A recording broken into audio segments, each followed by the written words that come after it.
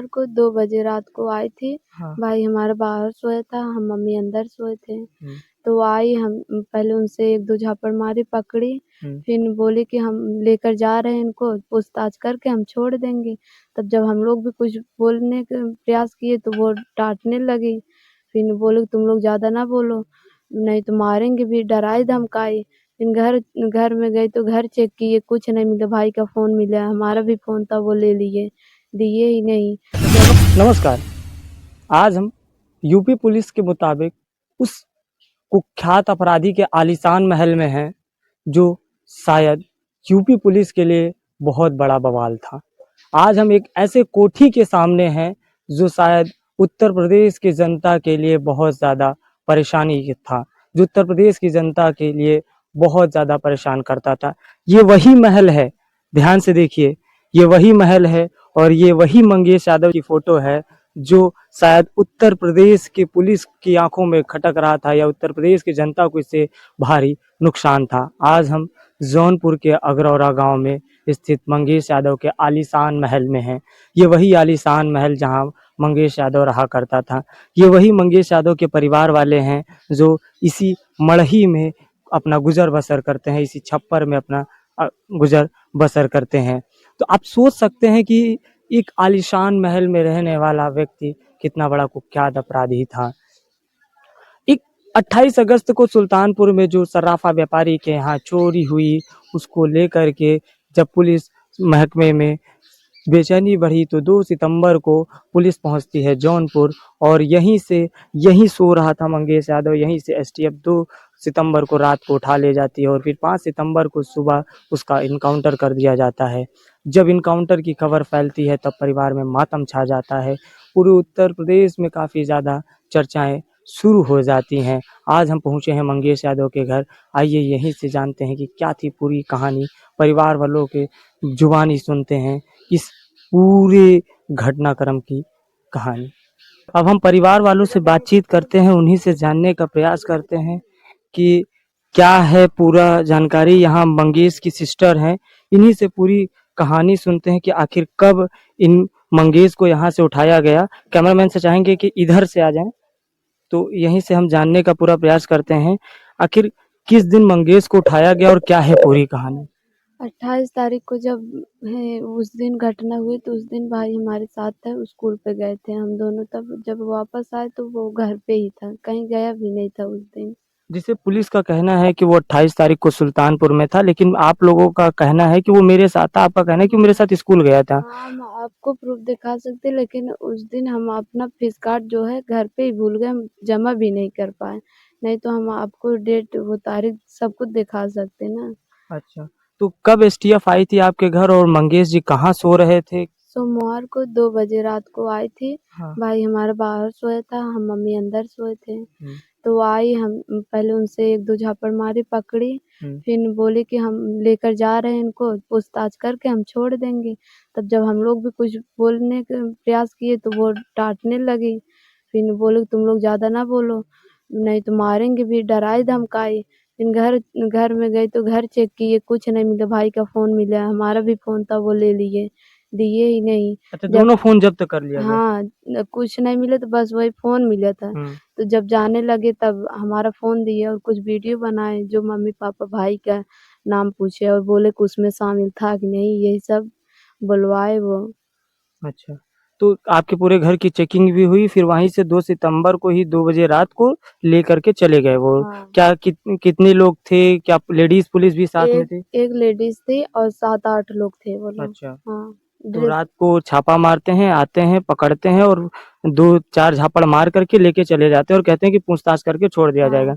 उस उस बार पूछताछ करने के बाद छोड़े भी नहीं और फिर भी आ रही थी ताकि गाँव वालों को, घर वालों को पता ना चले कि हम पकड़ के अपने स्टडी में रखे हैं। अच्छा, छुपाया भी जा रहा हाँ, था। छुपाया भी जा रहा था। अच्छा, तो कहाँ ले गए थे आप लोगों को? कोई सूचना दी गई, कोई जानकारी दी गई? कुछ कौन नहीं से थाने बताए, में लेके वो जा रहे थे? लोग कुछ नहीं बताए, बस अच्छा, इतना बताए हम पूछताछ करके छोड़ देंगे। फिर भी वो लोग आ रहे थे कि इन लोग को पता ना चले, कुछ नहीं बताए थे हम लोग से। फिर आप लोगों को कब खबर लगी कि उनका जब इनकाउंट उनकी डेथ हो गई तब हम लोग को डायरेक्ट आए, मम्मी से बताएं आप कुछ जानती हो? तो मम्मी बोली नहीं हम कुछ नहीं जानते। बोले कि आपके बेटा मर चुका है। अभी मम्मी को भी कुछ हो जाता है, ऐसे डायरेक्ट नहीं बताना कौन चलता है। बताया था? पुलिस वाले ही आए थे? हाँ, पुलिस वाले आए थे। डायरेक्ट पुलिस से आपको खबर हाँ, चली? डेड बॉडी भी नहीं दे रहे थे, बोले कि चलो वहीं पे देख लो, वहीं से फूँको, घर पे नहीं आने अंतिम देंगे। संस्कार करने भी नहीं दिया जा रहा था? नहीं, वो लोग नहीं आने दे रहे थे। अच्छा, तो क्या जिस तरीके से उन लोगों का कहना है कि ये चोरी में शामिल था, तो क्या घर के खोजबीन में कुछ बरामदगी हुई कि नहीं? जब ये सब वो करता होता है तो हम लोग यहाँ पे क्यों ऐसे घर में रहते हैं? हम लोग भी तो बंगला, गाड़ी और सब चीज़ तो रहता है। जब पहले से वो पापा के पास था, कुछ दिन हुआ था जो मम्मी का दवा-ववा दिलवाना था और धान-उन लगाना था, सब काम था तभी आया था। वो तो पापा के साथ रहता था, वो आता भी नहीं था और लेसन उसका बना था पापा के साथ, रेगुलर अच्छा, करवाना था। मंगेश कहीं बाहर रहता था? बाहर रहता था। वो उसको इनाम देकर उसको मरवाए गए हैं।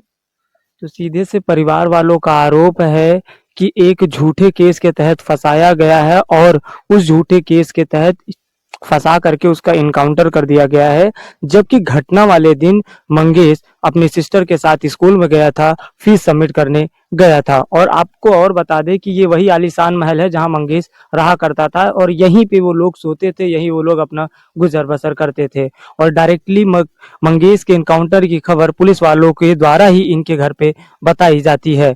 और क्या मैं ये भी जानना चाहता हूँ कि जब इनकाउंटर हो जाता है तो क्या पोस्टमार्टम की रिपोर्ट और इन सब के लिए भी कुछ दबाव डाला गया? अभी इतना तो हम नहीं जानते, पापा, चाचा-वाचा जानते, जो हमको पता है हम बता रहे हैं। जब वो ऐसा करता तो उसके पास, जब उसका डेथ हो गई तो उसके पास गाड़ी दिखा रहे हैं, पिस्टल दिखा रहे हैं, पिट्ठू बैग दिखा रहे हैं। जब उसकी जान नहीं रहेगी तो उसको आप कुछ भी कर सकते हैं, कुछ भी दिखा सकते हैं। यहाँ से जब को पकड़ ले गए तो उसके साथ कुछ नहीं था? कुछ नहीं था, बस एक हाफ चड्डा पहना था और एक बंडी पहना था, हाफ बस उसी संडो। कपड़ों में लेके चले हाँ, गए थे? उसी और ब्रांडेड चीज़ सब दिखा रहा है। हम लोग को खाने-पीने के लिए, यहाँ रहने के लिए है ही नहीं। वो लोग क्या नहीं कर रहे हैं उसके साथ। सोच सकते हैं, एसटीएफ आती है घर से, उसको अध नंगे कपड़े में पकड़ के लेके जाती है और उसके बाद जब उसका इनकाउंटर किया जाता है तो वहाँ गाड़ी, पिस्टल, कपड़े, फुल ड्रेस में उसको दिखाया जाता है। तो परिवार वालों का आरोप ये भी है कि हमको यहाँ खाने के लिए कितना मेहनत करना पड़ता है, खाने के लिए दिन भर मेहनत मजदूरी करनी पड़ती है, तो इतनी ब्रांडेड कपड़े हमारे पास कहाँ से आएंगे, गाड़ी हमारे पास कहाँ से आई। और जब वो आपके कस्टडी में था तो कस्टडी में होने के बाद वो कैसे भाग सकता है, उसका कैसे इनकाउंटर किया जा सकता है। ये वो बड़े सवाल हैं जो एसटीएफ जो टीम लीड कर रही थी उसके ऊपर खड़े होते हैं। ये बड़े सवाल है जो यूपी पुलिस के सामने खड़े होते हैं। तो अब जब से यहाँ पे इनकाउंटर हुआ उसके बाद कई लोगों का यहाँ जमावड़ा हुआ, तो क्या कोई पुलिस प्रशासन या कोई सरकार की तरफ से आया कुछ आपको जवाब देने के लिए?